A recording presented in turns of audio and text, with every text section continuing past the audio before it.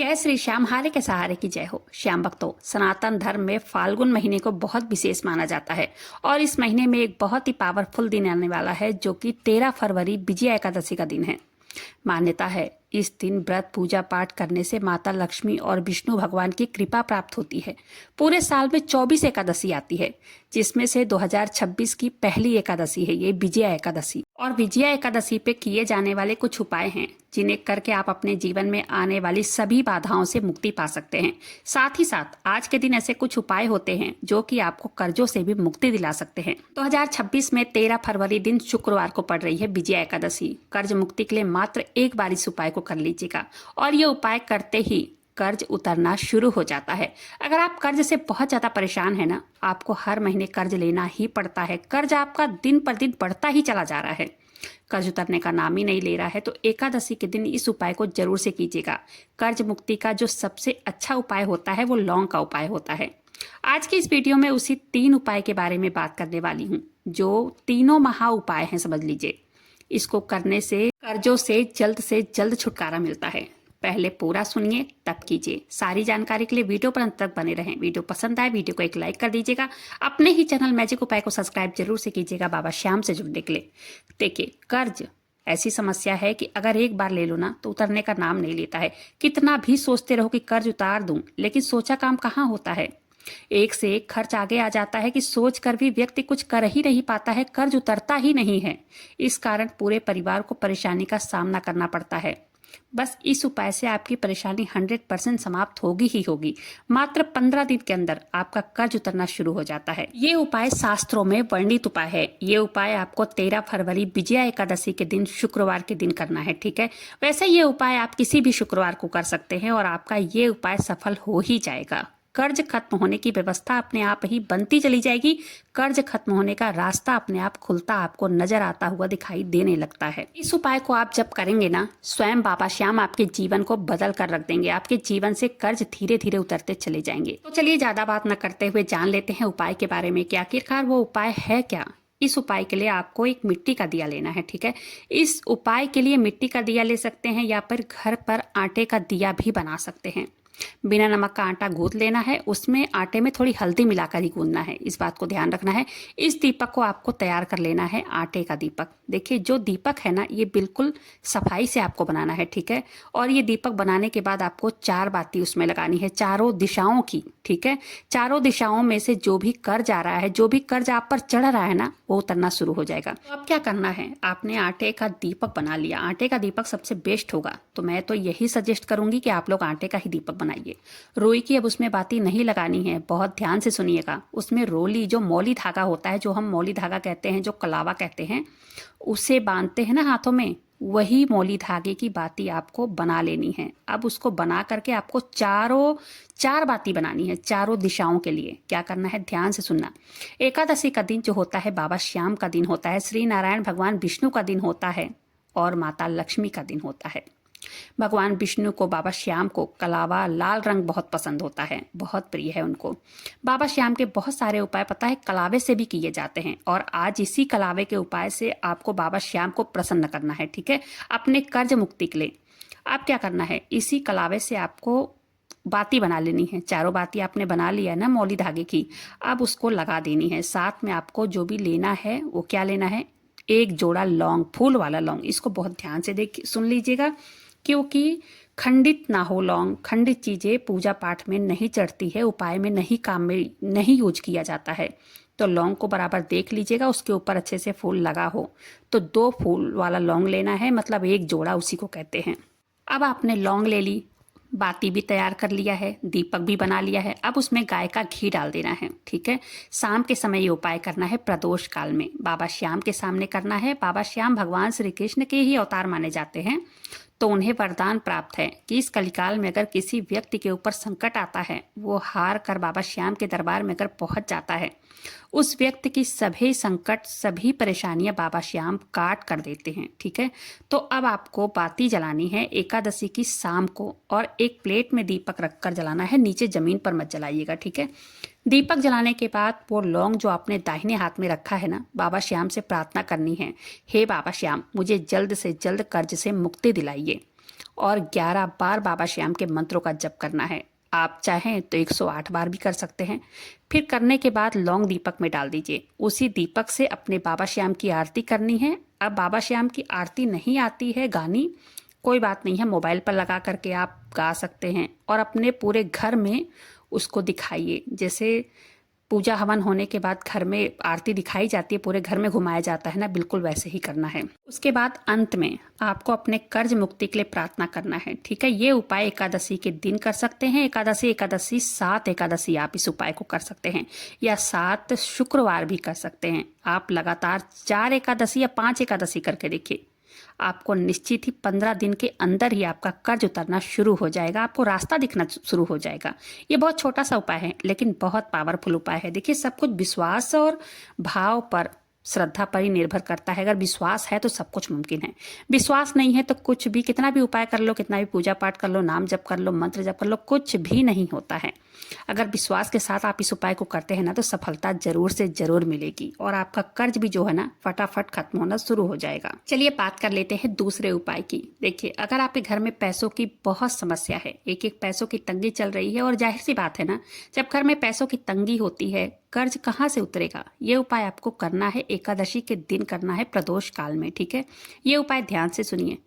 करना कैसे है आपको, देखिए क्या करना है। इस उपाय को समझना बहुत ही प्यारा सा उपाय है। अब करना क्या है, एक गोल बाती का दीपक बना लेना है। मिट्टी के दीपक में बना लीजिएगा, चाहे आटे के दीपक में बना लीजिए, कोई भी बात नहीं है, ठीक है। अब एक लौंग लेकर चले जाना है पीपल के पेड़ के पास, ठीक है। पीपल के पेड़ के पास पहुंचकर आपको उनकी पीपल के जड़ में एक फूल वाली लौंग अर्पित करना है। दीपक में नहीं डालना है, यहाँ पे अर्पित करना है जड़ में, और भोग आपको लगाना है, ठीक है। दीपक के अंदर लौंग आपको नहीं डालनी है, ध्यान से सुनिए, क्योंकि जब आप उपाय ध्यान पूर्वक करेंगे ना तो विधिवत तरीके से करेंगे तभी उसका फल मिलेगा।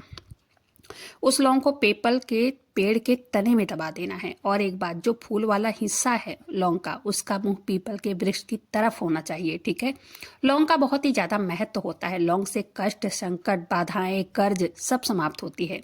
इसलिए लौंग का भोग और दीपक को जलाकर अपनी मनोकामनाओं के लिए प्रार्थना करना है, अपने कर्ज मुक्ति के लिए प्रार्थना करना है, ठीक है।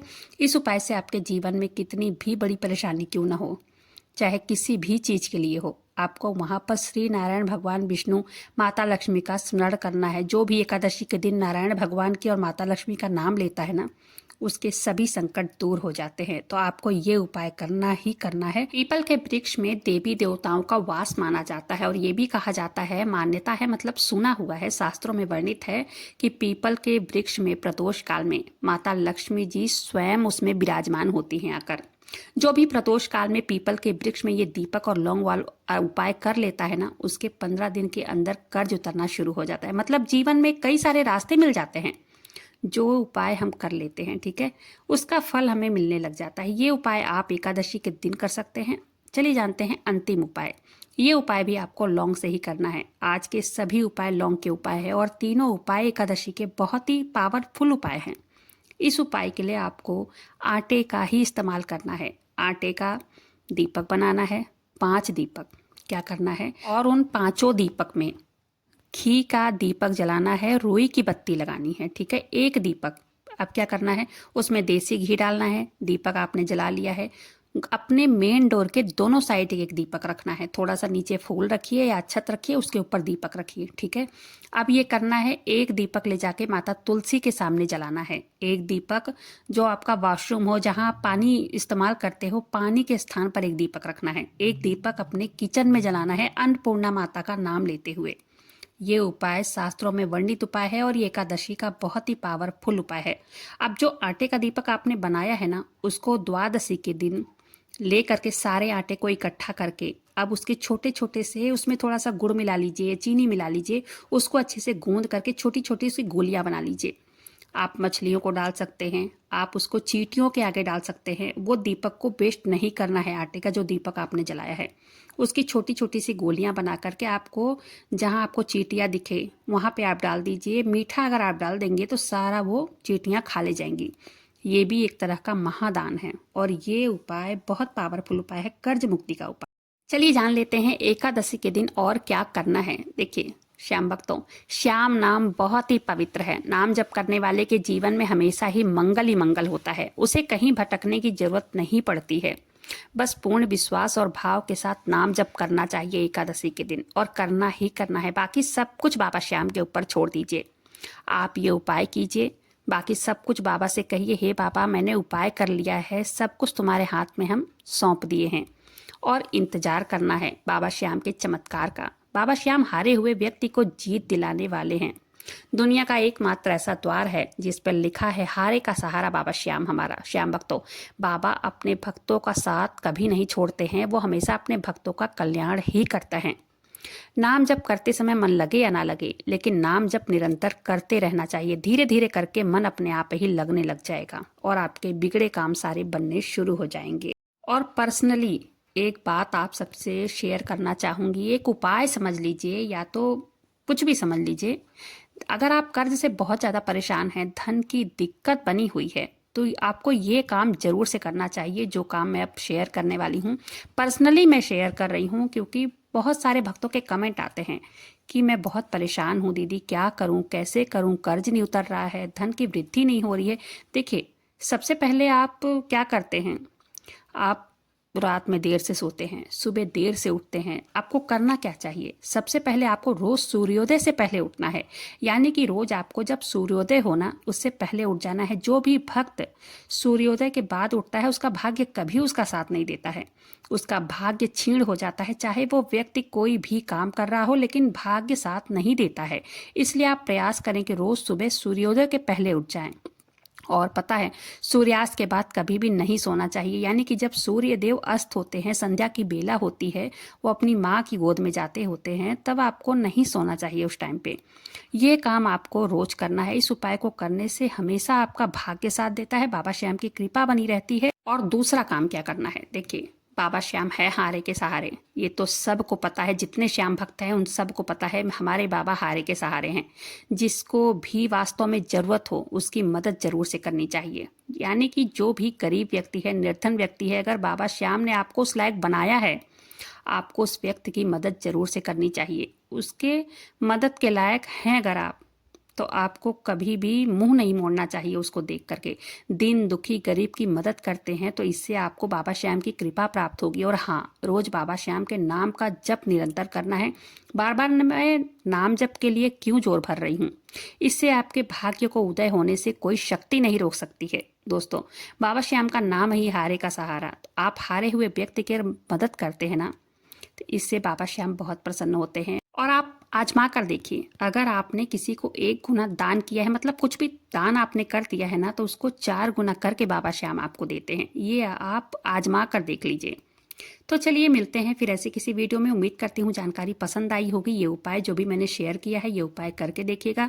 ये उपाय आपको 13 फरवरी विजया एकादशी के दिन करना है। बहुत पावरफुल उपाय है, ठीक है। वीडियो पसंद आई हो, वीडियो को एक लाइक कर दीजिएगा। अपने बाबा श्याम से जुड़ने के लिए अपने ही चैनल मैजिक उपाय को सब्सक्राइब जरूर से कीजिएगा। बाबा श्याम नाम का जयकारा दिल से लगाइएगा। मिलते हैं फिर ऐसे किसी वीडियो के साथ, तब तक के लिए जय श्री श्याम, हारे के सहारे की जय।